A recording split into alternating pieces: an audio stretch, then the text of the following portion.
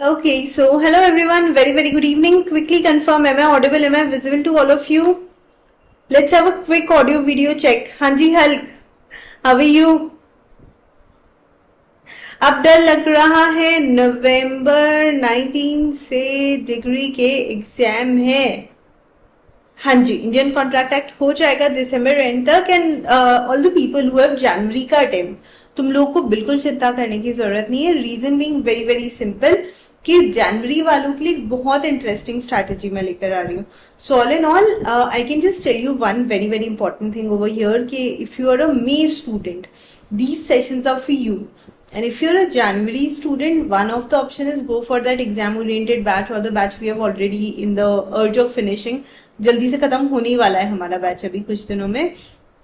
और the other way round to it is कि वो वाला बैच अगर तुम नहीं ज्वाइन करते हो तो कोई दिक्कत नहीं है, तुम लोग वन शॉट रिविजन्स वगैरह देखकर कर सकते हो. So if you are like the person who is giving it for the first time, कभी हमने दिया ही नहीं है, पहली बार सीए का एग्जाम दे रहे, देन तो आई वुड रिकमेंड कि भैया रेगुलर बैच ज्वाइन कर लो. मतलब फास्ट ट्रैक बैच तो पेड वाला है वो ज्वाइन कर लो, बिकॉज क्लियर होना है अभी जनवरी में और डिले नहीं करना है.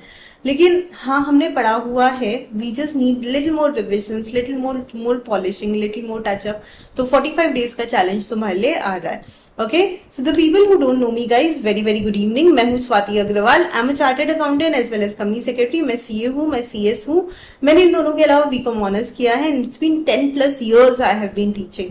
तो 10 साल से ऊपर हो गए हैं पढ़ाते हुए. और इन 10 सालों में I have met like some wonderful students जिनके साथ ऐसा लगता ही नहीं कि I am teaching. It's like fun and that is why I keep on saying law is not just subject, it's love. Okay, और वो सारे बच्चे जो हमेशा मुझसे पूछते रहते हैं, मैम लॉ में इंपॉर्टेंट टॉपिक बता दो, उसका एक शॉर्ट जल्दी आने वाला है. I made it today, I have given it to team, तो you guys get it soon. Okay, now this is your favourite Baahubali team, जिसमें हर टीचर आपको इतने प्यार से पढ़ाता है कि again you just feel like we are having मस्ती एंड फन. ओके, अकाउंट्स की क्लासेस को एकदम धमाकेदार मजेदार बना देते हैं हमारे अंशुल सर. ओके, सिमिलरली मेरे सेशन के बाद तुम लोग मिलोगे मैथ्स में निशान सर से, and then for eco you will meet Jatin sir, right. So all in all यहाँ पर तुम लोग को बहुत मजा आता है. And the people who are going for fast track batch, आप definitely Darshan sir, Adarsh sir से तो मिल ही लिए होगे. कमिंग टू दिस एकाग्रता वाला चीज की, वाई एकाग्रता? Because it has live interactive classes, all the subject counseling session, exhaustive classes, then self evaluated tests are also there. Classes आपको इंग्लिश में मिलेगी, प्रॉपर वॉच टाइम है, अनलिमिटेड वॉच टाइम है, तो तुमको कोई दिक्कत आने नहीं वाली है. एकाग्रता का जो महापैक है, अगर आप उसको खरीदते हैं तो आपको उसका क्या बेनिफिट मिलेगा? So you will get access to our fast track batch, our regular live batch, live recorded दोनों के, है ना. पीडीएफ नोट्स मिलते हैं तुमको, डेली प्रैक्टिस क्वेश्चंस मिलते हैं, सेल्फ इवैल्यूएटेड टेस्ट मिलते हैं ना, lot more. So the paid students get a lot more of things. Okay ma'am, हमने देखा था महापैक प्रो भी है, तो वो क्या होता है? सो व्हेन यू बाय महापैक आपको सब कुछ मिलता है सिवाय हार्ड कॉपी ऑफ बुक्स के, है ना, ई बुक्स मिलता है आपको. Then you get mentorship session in महापैक pro. Okay, and you have a dedicated community support. तो ये एडवांटेज है. Okay, I like pretty much sure तुम लोग को जो दिवाली हॉलीडे मिला होगा उसमें तुम लोगों ने रिवाइज नहीं किया होगा. Am I correct? सच्ची मेरे को चैट में लिखकर बताओ, डिड यू ऑल रिवाइज और नॉट? हाँ जी,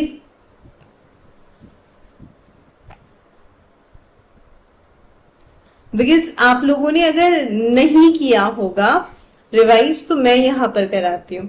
हाँ जी, हल्क, धर्मी, जय श्री राम, आपका नाम? Vijay, quickly tell me, did you all revise और नॉट? दिसंबर एंड से तो बहुत पहले करा दूंगी हल्क. मेरा टारगेट है कि by 15th of December will finish off it. ठीक है, आई गॉट द आंसर, है ना. ये कह रहे हैं थोड़ा किया, मतलब मैं समझ गई. तो I just quickly revise and proceeded and will gonna finish it today. आज पूरा यूनिट 1 का हमारा रिविजन हम खत्म कर देते हैं. Okay, so Indian contract act unit number 1, जिसमें सबसे ज्यादा टाइम लगता है और क्योंकि वो बेसिक्स है. कमिंग टू यूनिट नंबर 2, तो वो तो आपके 3 सेशंस में हो जाएगा. Unit number 3 obviously unit number 1 से कम टाइम में होगा, तो it will be like little quicker only. So coming back to this, what is a contract and what is offer, what is acceptance. So सबसे पहले ऑफर क्या होता है या प्रपोजल क्या होता है ना. तो ये सारी चीजों को मैंने आप लोग को बहुत आर्टिस्टिक तरीके से समझाया था। अभी हम सीधा चलते हैं हमारे रिविजन वाले मोड में। तो सबसे पहले what is a contract? Any agreement enforceable by law. जब भी कोई कॉन्ट्रैक्ट, कब कॉन्ट्रैक्ट बनता है? जब उसमें एग्रीमेंट होता है, लीगल एनफोर्सिबिलिटी होती है, तब वो बन जाता है contract.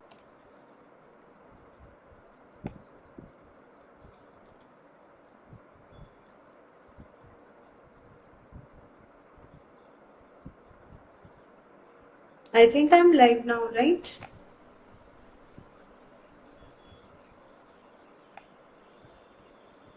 Still now okay.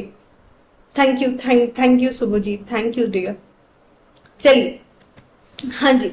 So any contract which is any agreement which is enforceable by law is a contract. तो यानी हमें क्या चाहिए? एक एग्रीमेंट चाहिए और लीगल एनफोर्सिबिलिटी चाहिए। लेकिन अग्रीमेंट क्या होता है ये जानना जरूरी है। सो एग्रीमेंट मतलब क्या? Every promise, it could be a single promise or every set of promises, multiple promises भी हो सकते हैं, forming consideration for each other, जहां पर लेन देन की बात हो रही हो, है ना? प्रॉमिस या सेट ऑफ प्रोमिसेस जिसमें हम लोग कोई ना कोई लेन देन की बात कर रहे हो, उसको हम कहते हैं अग्रीमेंट। कंसिडरेशन की बात कर रहे हो, उसे हम कहते हैं अग्रीमेंट।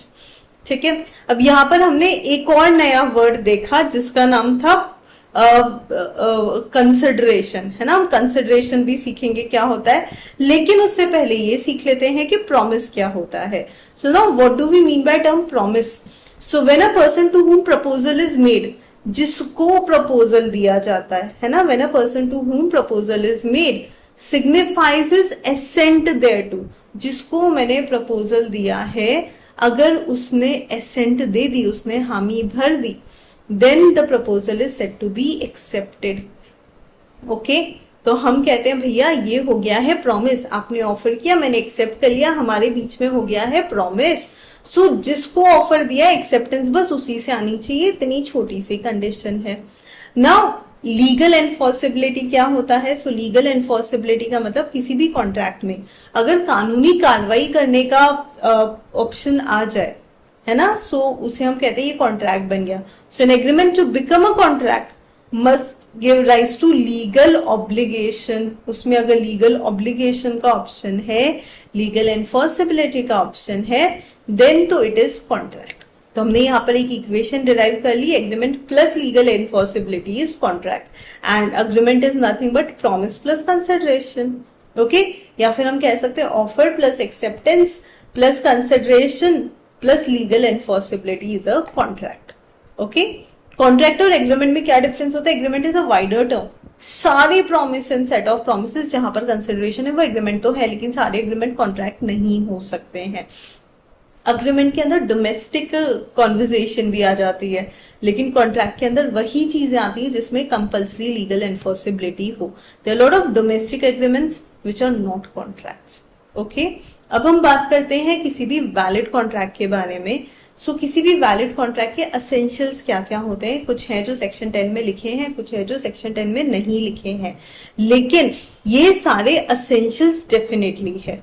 ओके ठीक है, तो यहाँ पर अगर मैं बात करूं तो सेक्शन 10 के अंदर क्या क्या चीजें लिखी है? So there has to be an agreement, free consent, competency of party, lawful consideration, legal object and shouldn't be expressly declared void.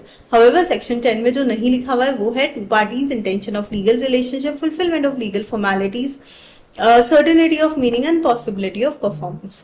Right, अब एक एक करके इनको समझते हैं कि what do we mean by two parties and all those things. Okay, so there has to be minimum two parties. मैं अपने साथ कॉन्ट्रैक्ट करना चाहता हूँ, नहीं कर सकते हो, दो अलग अलग पार्टीज होना कंपलसरी है, एक जो ऑफर करे, दूसरा जो एक्सेप्ट करे। एक सेलर चाहिए, एक बायर चाहिए, एक ऑफरर चाहिए, एक ऑफरी चाहिए, है ना, एक ऑफर करने वाला चाहिए, एक एक्सेप्ट करने वाला चाहिए। So there was a case in this जिसका नाम था state of Gujarat versus Ramlal and company, जहां पर कंपनी अपने पार्टनर्स को एसेट्स डिस्ट्रीब्यूट करी थी। बंद हो रहा था पार्टनरशिप फर्म, वो अपने पार्टनर्स को एसेट डिस्ट्रीब्यूट कर रही थी। नाम था Ramlal and company, actually partnership firm था। तो फर्म बंद हो रही थी, डिसॉल्व हो रही थी, वो सारे एसेट पार्टनर्स को बांट रही थी। सेल्स टैक्स ऑफिसर आ गया, टैक्स दे दो।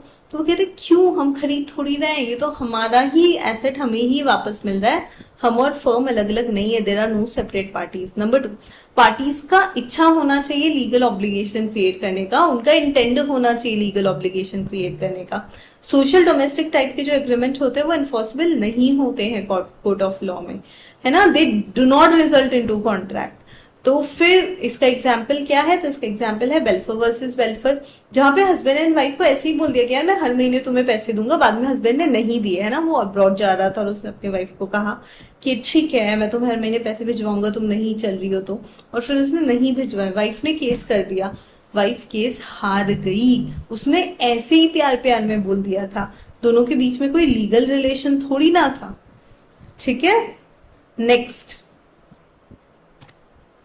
Coming to certainty of meaning, so कोई भी agreement it must be certain, not vague और इनडेफिनिट। कोई भी जो एग्रीमेंट होता है वो सर्टेन होना चाहिए, वेग नहीं होना चाहिए, वो इनडेफिनिट भी नहीं होना चाहिए। So basically certainty of meaning क्या कहता है कि भैया हम एग्रीमेंट ऐसा बनाए जिसका कोई मतलब निकले, है ना, हवा में बात ना हो, मैं तुम्हें कई हजार किलो सामान दे दूंगा, मैं तुम्हें कई हजार किलो चीजें सप्लाई कर दूंगा, तो ऐसा नहीं होता, you have to mention the quantity. Next, there has to be possibility of performance of an agreement, हमारा जो एग्रीमेंट है वो परफॉर्म करने लायक हो, केपेबल हो परफॉर्म करने के लिए।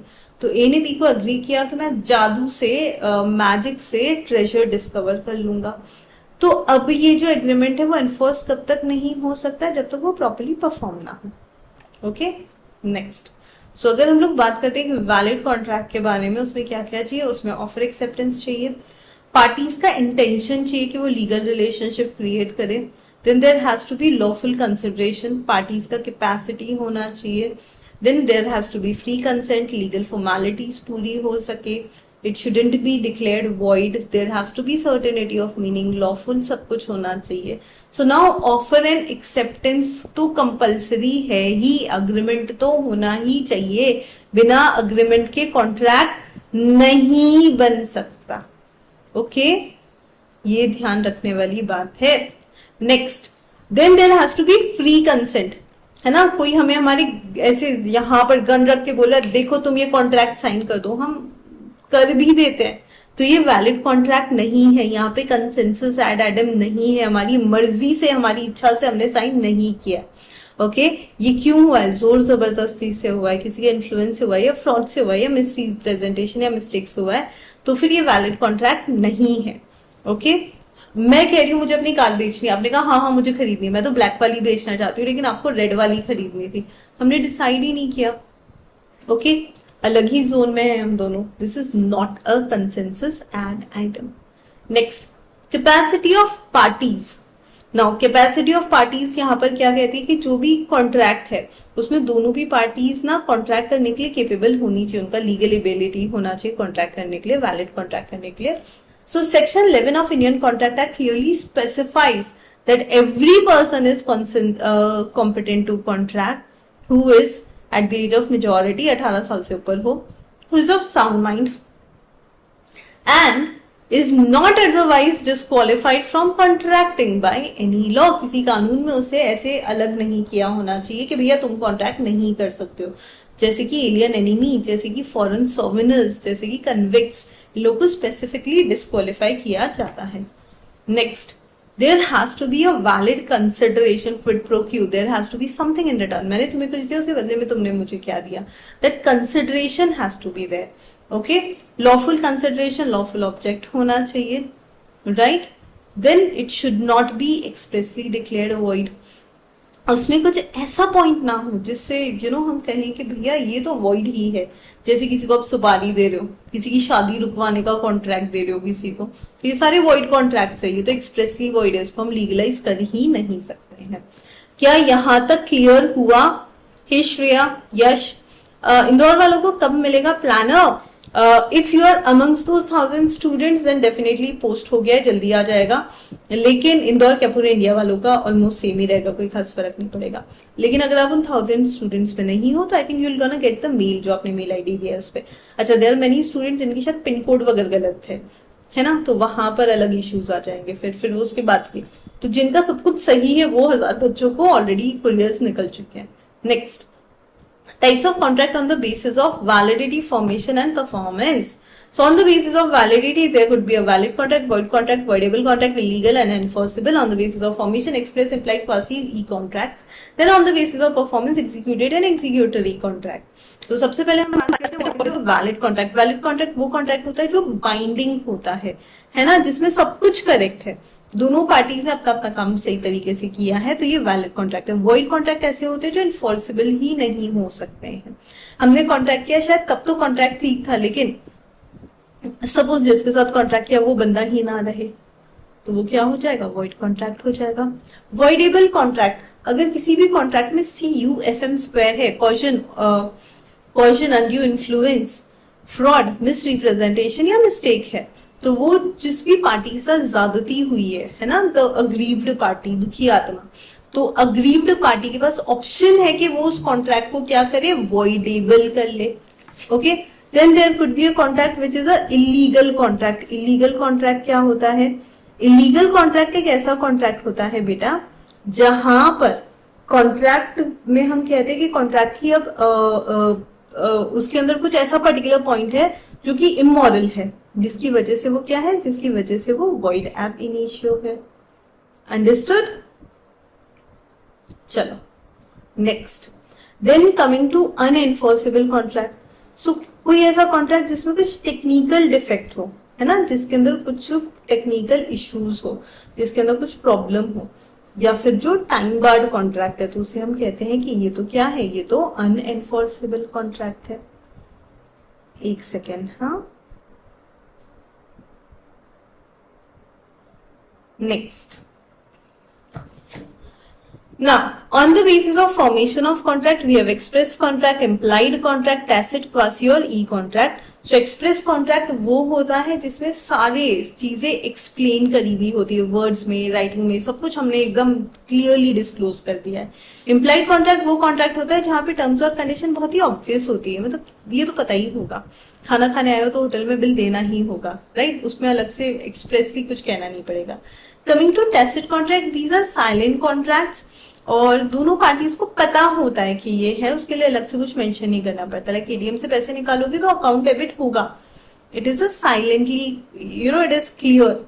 क्वासी कॉन्ट्रैक्ट एक ऐसा कॉन्ट्रैक्ट जो ऑफर एक्सेप्टेंस से नहीं बनता है, जिसमें सारे कॉन्ट्रैक्ट के एसेंशियल्स हो ना हो, लेकिन वो सिचुएशनल है और जिसमें भी पार्टीज एक दूसरे के लिए लाइबल होगी.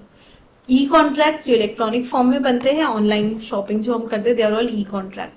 ठीक है. एग्जीक्यूटेड कॉन्ट्रैक्ट, दोनों पार्टीज ने अपना अपना काम पूरा कर लिया. एग्जीक्यूटरी कॉन्ट्रैक्ट, दोनों ने अपना काम पूरा नहीं किया या किसी एक ने तो एटलीस्ट नहीं किया. यूनिलेटरल, बायलेटरल, दोनों ने ही नहीं किया. बायलेटरल, एक ने कर लिया. यूनिलेटरल, ठीक है, इन पे हम डिस्कस कर चुके हैं. यहाँ कॉशन है, यहाँ पर गलत हो रहा है, यू नो, अनड्यू इन्फ्लुएंस कहाँ पर है, जब मम्मी डांट रही है, तो this we have all discussed. ठीक है. Coming to proposal or offer under section 2A. Section 2A यानी कि proposal क्या कहता है? So when one person signifies to another his willingness to do or to abstain from doing anything, हम कुछ कर रहे हैं या कुछ नहीं कर रहे हैं, with a view to obtain assent of the other. हम ये सब क्यों कर रहे हैं? ताकि सामने वाले का हम लोग हामी भरवा सके. Such an act or abstinence, ये जो एक्ट है या ये जो रोका हुआ है हमने, इसको हम प्रपोजल कहते हैं. ओके. नाउ प्रपोजल और ऑफर क्या होता है हमने देख लिया. Now there could be a general, special, cross, counter और स्टैंडिंग ऑफर. जनरल ऑफर, बहुत लोगों को एक साथ हमने ऑफर दे दिया. स्पेसिफिक ऑफर, किसी एक को ही हमने ऑफर दिया, उसी ने एक्सेप्ट करना चाहिए. क्रॉस ऑफर, मैंने आपको दिया, आपने मुझे कोई ऑफर दे दिया. काउंटर ऑफर, आपने मुझे कुछ ऑफर दिया लेकिन मुझे वो इतना ठीक नहीं लगा तो मैंने उसके ऊपर बार्गेनिंग करी. Counter offer. Standing offer which remains for a longer period of time. समझ में आई बात? कुछ भी डाउट है ना तो वो पूछ लेना, तो मैं और डिटेल में एक्सप्लेन कर दूंगी. नाउ अगर मैं किसी भी ऑफर के बारे में बात कर रही हूं तो उसमें एसेंशियल एलिमेंट्स क्या क्या होने चाहिए, ऐसी क्या क्या चीजें हैं जो मुझे ऑफर में चाहिए ही चाहिए. I want this to be there.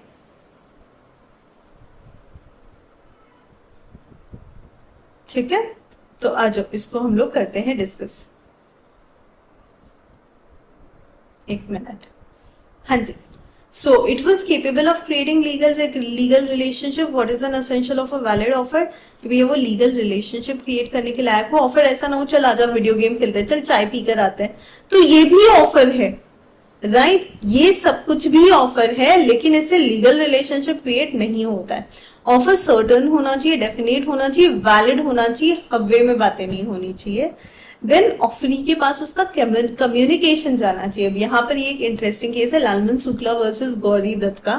Lalman Shukla जो कि सर्वेंट थे, है ना, वो उनको गौरी दत्त ने भेजा था अपने नेफ्यू को ढूंढने. वो ढूंढने गए, तब तक गौरी दत्त को लगा बच्चा मिल नहीं रहा है, तो उसने एक अवार्ड अनाउंस कर दिया कि अगर किसी ने बच्चे को ढूंढ लिया तो हम इतने पैसे देंगे. लालमन शुक्ला बच्चे को ढूंढ कर ले आया, सब कुछ नॉर्मल हो गया.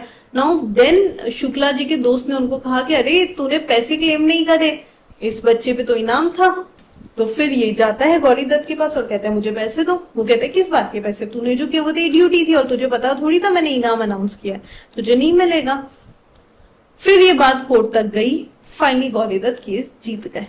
Next, offer must be made with a view to assent of other party. हम ऑफर इसलिए देते ताकि हम और ऐसा ऑफर दें कि सामने वाला उसे एक्सेप्ट कर ही ले. देन ऑफर कंडीशनल हो सकता है, right? Then offer should contain terms of non compliances. ठीक है, ऑफर में बिल्कुल ऐसा कुछ नहीं होना चाहिए जिसमें नॉन कंप्लायंसेस वाली चीज हो. हर चीज ऐसी हो जो कंप्लाइंट हो. ऑफर स्पेशल भी हो, स्पेसिफिक भी हो सकता है, जनरल भी हो सकता है, एक्सप्रेस भी हो सकता है, इम्प्लाइड भी हो सकता है. ऑफर स्टेटमेंट ऑफ इंटेंशन से अलग होना चाहिए. ऑफर अलग होता है, स्टेटमेंट ऑफ इंटेंशन अलग होता है. एंड स्टेटमेंट ऑफ प्राइस जो होता है वो ऑफर नहीं होता है, ये भी ध्यान रखने की बात है. Okay, next, coming to the next segment, that is proposal and offer. Basically ये सारी चीजें हमने डिस्कस करी थी, उसी के सारे एग्जाम्पल हैं. टाइप्स ऑफ ऑफर भी हमने डिस्कस कर लिए हैं. ऑफर और इनविटेशन टू ऑफर में मेजर डिफरेंसेस क्या क्या होते हैं? ऑफर एक फाइनल विलिंगनेस है, मुझे ये करना है. इनविटेशन टू ऑफर होता है इसलिए कि हम ऑफर को इनवाइट कर सकें कि ये देखो ये डमी पे हमने ड्रेस लगा रखी है, पसंद है तो आइए और ऑफर दीजिए हमें खरीदने का, फिर हम बार्गेनिंग करेंगे. ओके ना, सो एक्ट कुछ करके या कुछ नहीं करके हम ऑफर दे सकते हैं. वर्ड से और कंडक्ट से दे सकते हैं, रिटर्न भी दे सकते हैं और ओरल भी दे सकते हैं हम किसी को offer. Now what is an acceptance? जिसको ऑफर दिया है. अब ये यहाँ पर बहुत इंपॉर्टेंट चीज है. When a person to whom proposal is made, जिसको ऑफर दिया है वो जब एसेंट देता है, वो जब हामी भरता है, तो हम कहते हैं भैया प्रॉमिस बन गया. ओके, और ये एसेंट को हम कहते हैं एक्सेप्टेंस. सो एक्सेप्टेंस वही इंसान दे सकता है जिसको ऑफर दिया हो. और यहाँ पर केस है बॉटन वर्सेस जोनस का, जहां पर एक कंपनी दूसरा पर्सन एक्वायर कर लेता है. ओके, और उससे दिखता है कि अरे एक ऑफर पेंडिंग है सामान का ऑर्डर, तो वो सोचता है वो ऑर्डर पूरा कर देगा तो उसको पैसे मिल जाएंगे. लेकिन जब पैसे लेने जाता है तो बंदा कहता है भाई मैंने उसको ये ऑर्डर इसलिए दिया था, मुझे पुराना हिसाब चुकता करना था, तेरे को थोड़ी ऑर्डर दिया था, तूने क्यों उसको पूरा किया? So it was given to that person, उसी को पूरा करना चाहिए था, तुमने कैसे एक्सेप्ट कर लिया?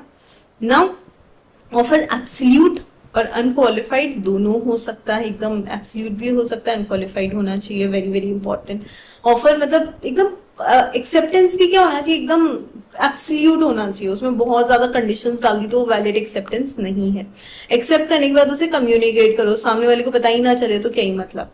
देन प्रिस्क्राइब मोड में होता है एक्सेप्टेंस, उसका अपना तरीका होता है. टाइम बहुत क्रूशियल है, ऐसा ना हो कि आप तो हाँ भरने के बारे में सोच रहे हो, कोई और हाँ भर के चला ही गया. ओके, सिर्फ साइलेंस को हम एक्सेप्टेंस नहीं मानते हैं कोर्ट ऑफ लॉ में. एंड एक्सेप्टेंस इम्प्लाइड डेफिनेटली हो सकती है. तो किसी ने प्रपोज किया, आपने कुछ नहीं बोला, आप बोल ही नहीं पा रहे हो, आपने बस रिंग पहन ली. Okay, done. Communication of offer and acceptance. Communication of offer is complete when it comes to the knowledge of the person whom it is made. So offer का communication complete कब होता है ना? offer का communication complete कब होता है? जिसको हमने offer दिया जब वो बंदा उसको accept करता है तब होता है. Communication of acceptance कब होता है? So it will be completed when it is communicated. सामने वाले को जब पता चल जाता है कि आपने acceptance कर लिया है, तब जाके acceptance complete माना जाता है. Okay, so now what will happen if our acceptance will happen with certain modes? Okay, telex से होगा तो क्या होगा, टेलीफोन से होगा तो क्या होगा, कब कंप्लीट होगा? So if it is going by telex, fax, telephone, mail, उसमें तो क्या है, सामने वाले को जैसे ही रिसीव होता है, सामने वाला जैसे ही सुन लेता है, मतलब वो वैलिड एक्सेप्टेंस है। ओके, प्रॉब्लम आती है पोस्ट में, और उसके बारे में हम लोग करेंगे बात। Okay, now communication of proposal की जब हम बात करते हैं तो प्रपोजल और एक्सेप्टर दोनों के व्यू से एक्सेप्टेंस का थोड़ा सा डिफरेंशिएशन आता है। प्रपोजल के व्यू से कंप्लीट कब होता है? When acceptance is put into transmission. Okay, मैंने अपना एक्सेप्टेंस भेज दिया, मेरी तरफ से काम खत्म, लेकिन एक्सेप्टर को जब तक वो मिलता नहीं है तब तक वो कंप्लीट होता नहीं है एक्सेप्टर के पॉइंट ऑफ व्यू से। ओके, रास्ते में गुम हो गया तो बेचारा एक्सेप्टर वेट ही करता रह जाएगा। नेक्स्ट, ओके, अभी मैंने ना एक्सेप्टेंस भेज दिया, क्या मैं वो एक्सेप्टेंस रिवोक कर सकती हूँ? मैंने किसी को प्रपोजल दे दिया, क्या मैं वो प्रपोजल वापस ले सकती हूँ? Answer is yes. मेरे प्रपोजल पे अगर उसने एक्सेप्टेंस नहीं किया है, मैं प्रपोजल वापस ले सकती हूँ। सिमिलरली मेरा एक्सेप्टेंस किसी तक नहीं पहुंचा है तो वो एक्सेप्टेंस को मैं रिकॉल कर सकती हूँ। That is revocation of offer and revocation of acceptance. So revocation of offer before acceptance आप कर सकते हो, रिवोकेशन ऑफ एक्सेप्टेंस कभी भी कर सकते हैं जब तक कि सामने वाले तक आपका एक्सेप्टेंस ना पहुंचे। ये चीज पोस्ट के केस में बहुत ज्यादा पॉसिबल है। आपने पोस्ट से लेटर लिखकर किसी को कुछ ऑफर दिया, फिर आपका मन नहीं हुआ तो आपने दूसरा टेलीग्राम लिखकर भेज दिया, रे रे वो ऑफर वैलिड नहीं है। सिमिलरली आपने किसी को एक्सेप्टेंस दी, सामने वाले ने ऑफर दिया तो मेरा घर खरीद लो, आपने कहा हाँ ठीक है मैं खरीद रहा हूँ, and then you think like नहीं नहीं नहीं मुझे नहीं खरीदना है, then you send a telegram saying कि अरे वो पुराने वाले पोस्ट को तुम इग्नोर करो, मेरे को तो खरीदना ही नहीं है। तो जब तक आपका वो लेटर पहुंचे उससे पहले आपका डिनायल पहुंच जाए। टेलीफोन पे तो म्यूचुअल मीटिंग होती है, इमीडिएटली ऑफर होता है, इमीडिएटली एक्सेप्टेंस होती है। अगर टेलीफोन की लाइन क्लियर है तो भाई क्या ही रिवोक करोगे, लेकिन मान लो मैंने ऑफर दिया तब तक लाइन क्लियर थी, आपका एक्सेप्टेंस मुझे नहीं सुनाई दिया, ओके, उस केस में आप एक्सेप्टेंस रिवोक कर सकते हो। Okay, revocation of proposal otherwise by communication, बिना कम्युनिकेट किए भी हम क्या रिवोक कर सकते हैं? हाँ जी, अगर लैप्स ऑफ टाइम हो जाए तो बिल्कुल कर सकते हैं। So what are the different modes of revocation? Number 1, notice देके आप रिवोक कर सकते हो, lapse of time definitely can revoke the offer. Then conditions जो थी अगर वो फुलफिल नहीं हुई, अगर मेरी बेटी से शादी करनी है तो तुम्हें 1 करोड़ कमाने पड़ेंगे, 1 करोड़ नहीं कमाए, गया ऑफर।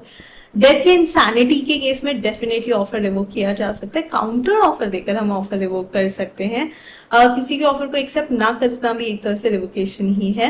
एंड अगर ऑफर बाद में इलीगल हो जाता है, you know at times it do happen, वो सब्सिक्वेंटली इलीगल हो गया, पहले तो सही था अब इलीगल हो गया, डेथ हो गई किसी की, तो फिर अब वो ऑफर कंप्लीट नहीं ही हो सकता। समझ गए? तो इसी के साथ हमारा यूनिट नंबर 1 खत्म होता है। कुछ भी डाउट है तो आप पूछ लो। जश का क्वेश्चन है कि मैम प्रैक्टिस कहाँ से करूं? बेटा क्वेश्चन बैंक मैं अपलोड करने वाली हूँ, एज आई सेड कि all the students who are giving January exams, तुम्हारे लिए आज एक वीडियो आएगा जिसमें मैंने सारे इंपॉर्टेंट टॉपिक्स बताए हैं ना, क्या क्या इंपॉर्टेंट है, क्या क्या तुमको पढ़ना ही है, वो सब कुछ बताया। Similarly I'll get a video for January 25 locker strategy. It should have been come earlier, but वो ठीक है, दिवाली का हॉलीडे था और टीम अवेलेबल नहीं थी, तो अभी वो कल वगैरह I'll take that session. Do not miss that session. It is really important for all the students. ठीक है जी?